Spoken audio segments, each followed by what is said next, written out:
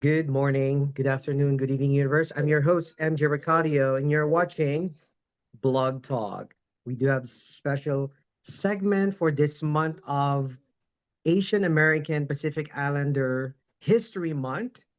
And we do have special guests. I happened to met him in person. We had a great conversation, you guys. And if you know about the book, Think and Grow Rich, this is for you. This is for everyone, guys. If you want to really be successful,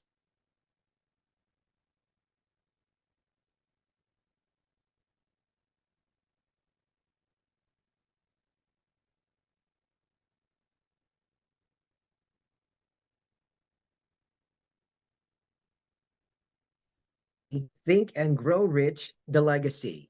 Please welcome to the show, John Shin. Hi, how are you, John?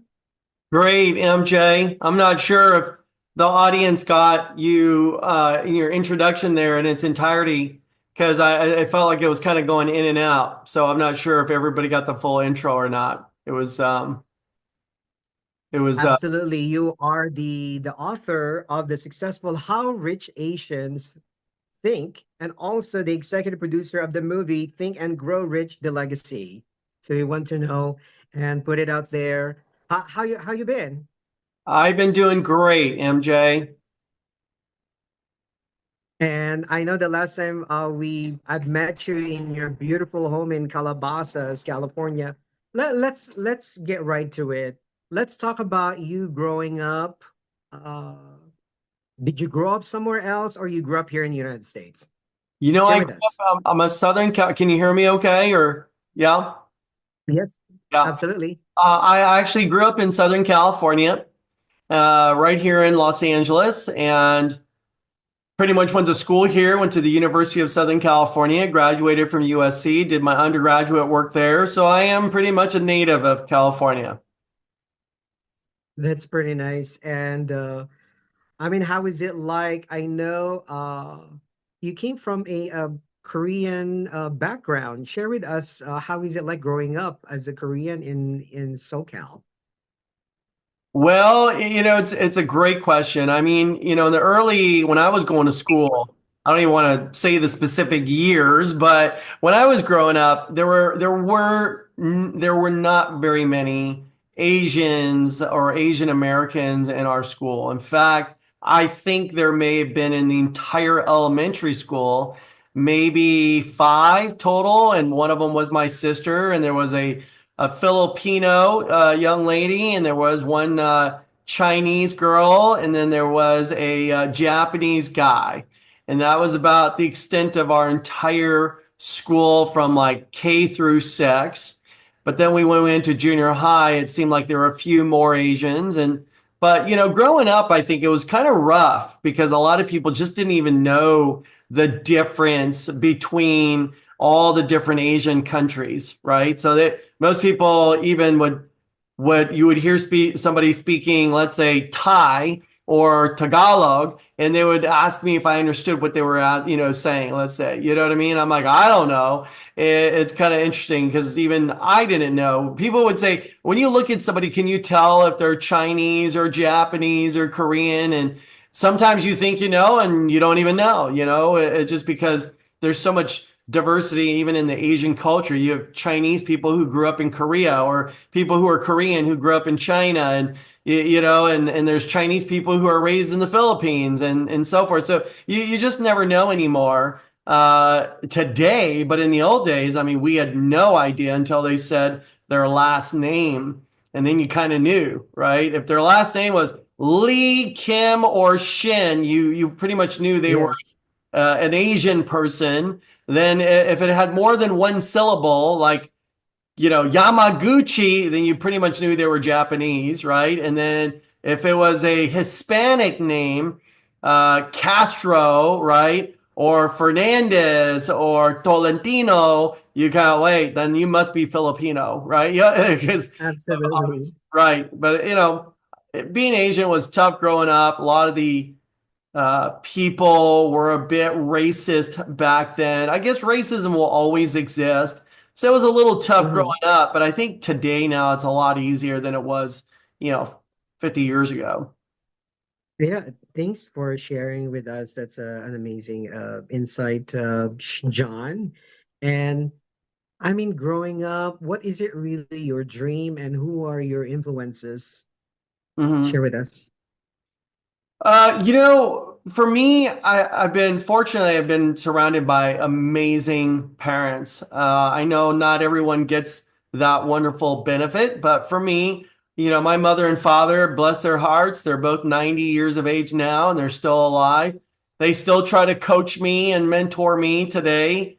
But my father was an amazing figure, my mom as well. But I was also blessed to have an amazing person who was my martial arts instructor. And so he had a lot of influence on me, and a lot of the discipline that was injected in me was by him. My parents were not Mhm. very good disciplinarians because they didn't want to be the person that would discipline me. So anytime they wanted some discipline, they would tell my master, and the master would discipline me, by doing more things like more push-ups or harder workouts or whatever. And then growing up in business as an entrepreneur, I've had two amazing men, a guy named Rich and another guy named Monty, and they were very instrumental in helping, shape my entrepreneurial journey, if you will, today. So I've had five incredible people who's had an impact on my life. So immensely, That's well said. That's yeah. well said, John. Thank you for sharing with us. And I'm just curious, of all the books in the world, why Think, Grow, and Rich by Napoleon Hill? Share with us. Sure. Well, in 1994, we go back in time, we did not have the resources that people have today. Certainly, we did not have Zoom, we didn't have YouTube, we didn't have Facebook, we didn't have all these wonderful podcasts and things. In 1994, it was the infancy stage of just the internet.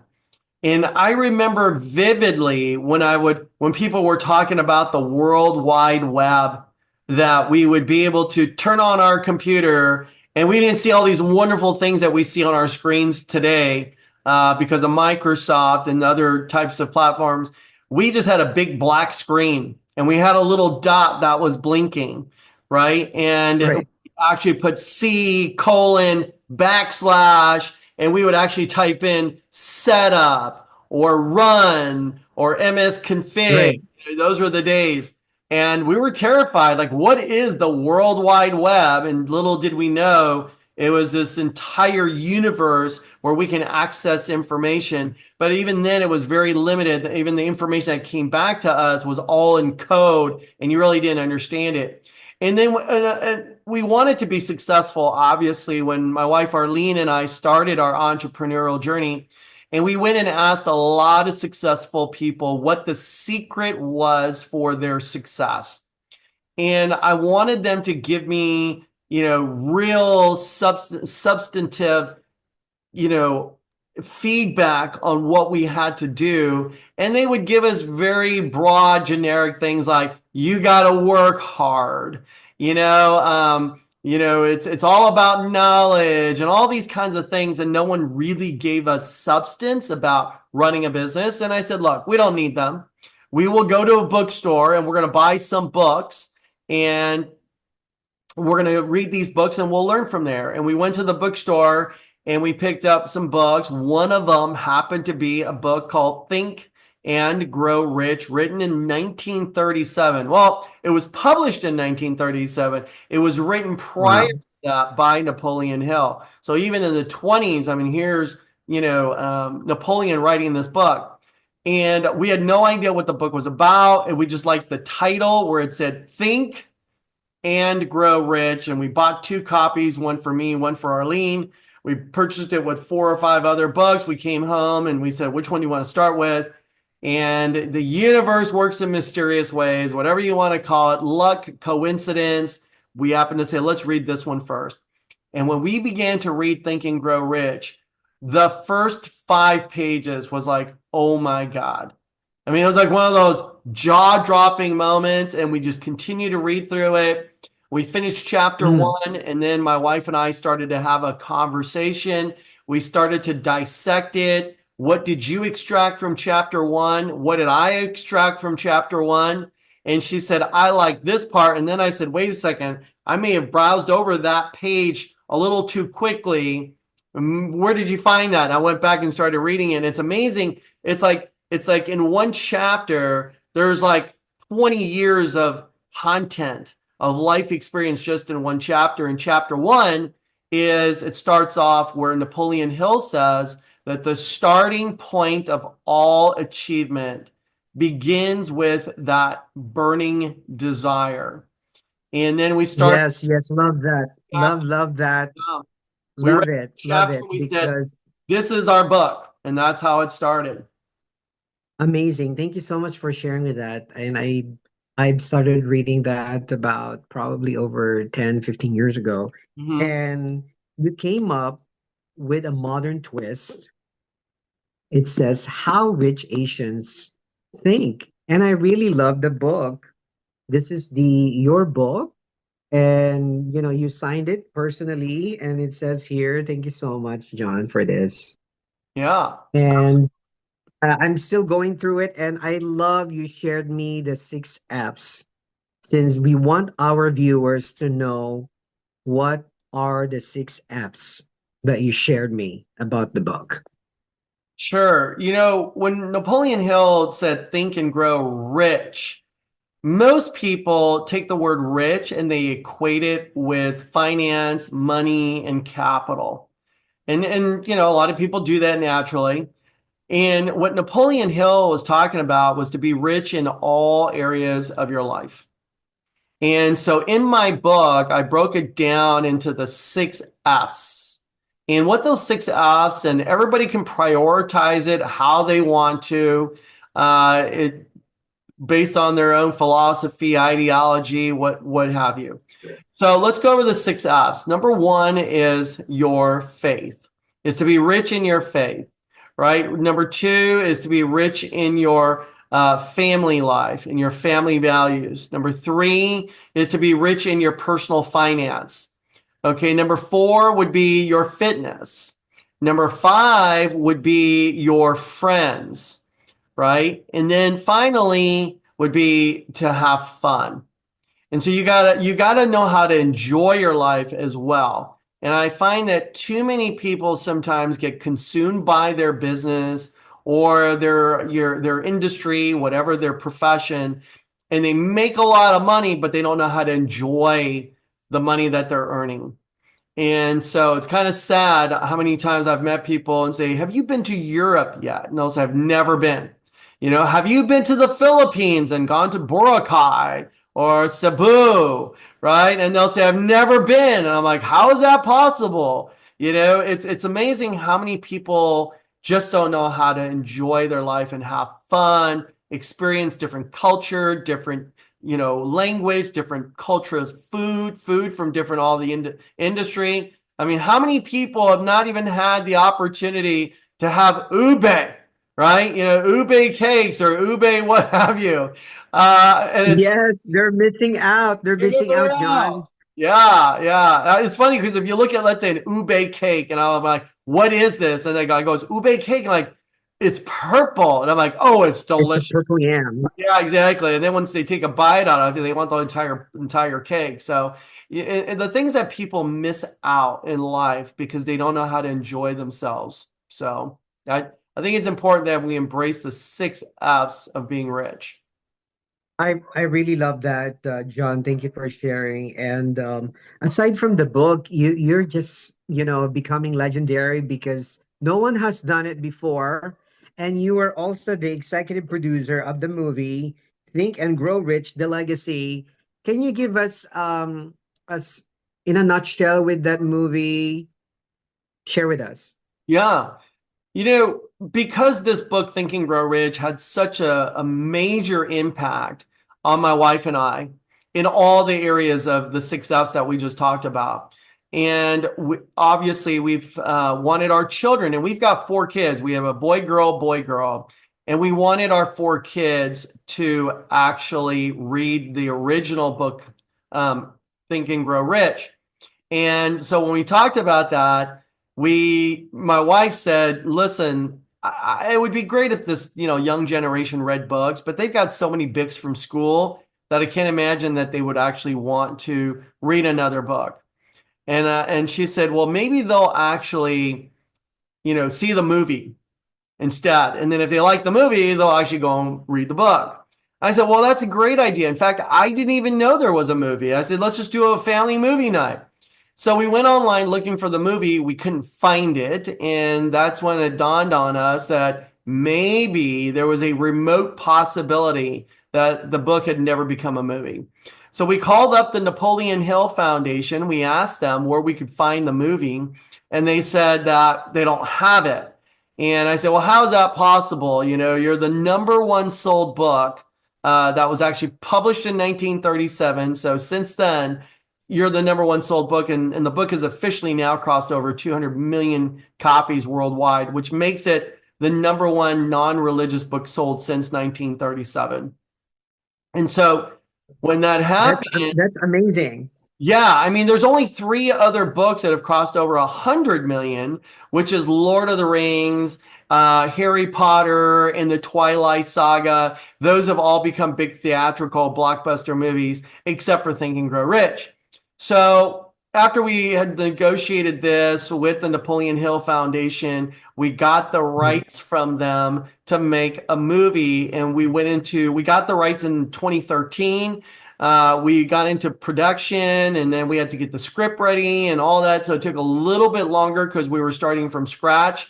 And I've never made a movie before, MJ, in my entire life. Okay. Absolutely. Yeah, I mean, so we had to start from scratch, and part of that was just asking people, "Hey, do you know a good producer? Do you know a good writer? Do you know a good someone to write the music score for the movie and the soundtrack, costumes, and just the technology and camera people, and makeup, and this and that. We had to find the venues to shoot the different scenes and all that." And that took a lot of time, and we finally got the movie finished, and it aired October of 2018. And since October 2018, the movie's been going super viral. It was such a wonderful privilege for me and an honor to be the executive producer of the movie. And now we're still screening it around the world. People call us, email, text, and ask where we can find the movie and get the movie, and it's everywhere. People can get the movie on our website at TGR Legacy, TGR, which is Think Grow Rich, TGRLegacyMovie.com, and they can stream it right from the website if they want to see it in the comfort of their own home. So it's been Wow, amazing. I really love that. And I'm a great journey. actually going to see it. I know you have a up and coming, before we talk about your up and coming events, Yep. can you give us 3 fun facts about John Shin Ooh, fun. coming here on Blog Talk? Yeah. Fun facts. Well, fun. All right. I mean, in terms of like extracurricular stuff, like, fun stuff, or what type Yeah, of, absolutely. I guess one of them is I love singing karaoke. So hopefully you and I could do a number one day, So I Definitely. enjoy Definitely. singing. I'm not, an American Idol. I'm not one of those super gifted Beyonce type Celine Dion singers, but I enjoy to sing just for fun. And so that's a fun fact for me. Number two, Cool. yep, number two, I actually, believe it or not, since I was 5 years of age, studied martial arts. I studied 3 different styles. One is Taekwondo, Judo, and Hapkido. But more, my specialty was Taekwondo, and I actually went to the nationals, and then I went to the Olympic trials, and then I competed in Wow. World Games and the Pan American Games. So that's kind of a fun fact. So Three. that's number two. Number three, gosh, what else can I say? I love making people laugh. It's Well, that's good. Yeah, You're for you're a comedian then. I try to be. I always like to tell jokes and stories to get a chuckle out of it from people. I like to keep things light and not so serious. Everybody always so serious, and I'm always trying to, Absolutely. yeah, just have a lot of fun with people. Absolutely. Well, thank you so much. And then also, So that's why we would like MJ, to. I'm also a little bit of a prankster. So I like to pull pranks on people. Oh, wow, wow. And then also, John, can you give us a life lesson to our audience? Share with us. Ooh, man, I can go for months about that. But um, Just one. one of them is I would tell people, I would say, how about this one? How about if you just ask without fear? Ask without. Ask I without love it. Here's why I say that. Oftentimes I travel, I'm on shows, I get interviewed, and such a great experience to have that. So you can always share a message with, your audience. But, one of the things I always get from people is they say, "How did you get the rights from the Napoleon Hill Foundation to make a movie?" To write a modern day version, the Asian version Mhm. of how, of Think and Grow Rich. And I said, here's what I did, because a lot of people say to me, John, I was going to call the Napoleon Hill Foundation and get the rights from them. I was going to. I hear that very often from people. I ask them, I go, well, why didn't you? They go, I don't know. So the secret there and in life is you just ask without fear. Most I people, really love that. I really love that, John. That's yeah, why I ask you without fear to do this interview.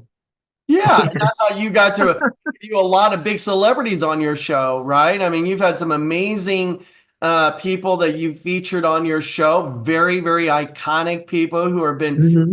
extremely successful in all the different areas of life. And Absolutely. what you got no fear. You ask people, hey, can I interview you for my show? And what's the worst case scenario? They say no. All right, well, next, Exactly. So I Absolutely. say ask without fear. I really love that. Thank you so much. And well, thank you so much for being on the show. As they say in Tagalog, mabuhay ka, meaning long live. I love that. Absolutely. Thank you so much, John Shin, for making it on the show. The author of the How Rich Asians Think.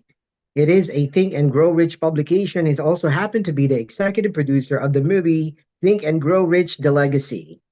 And thank you so much, Noble Creations, for my wardrobe, and Ogiliona for my hair, and Dr. Tess Mauricio for my skincare and dermatology. Until next time, I'm your host, MJ Racadio, and you're watching Blog Talk.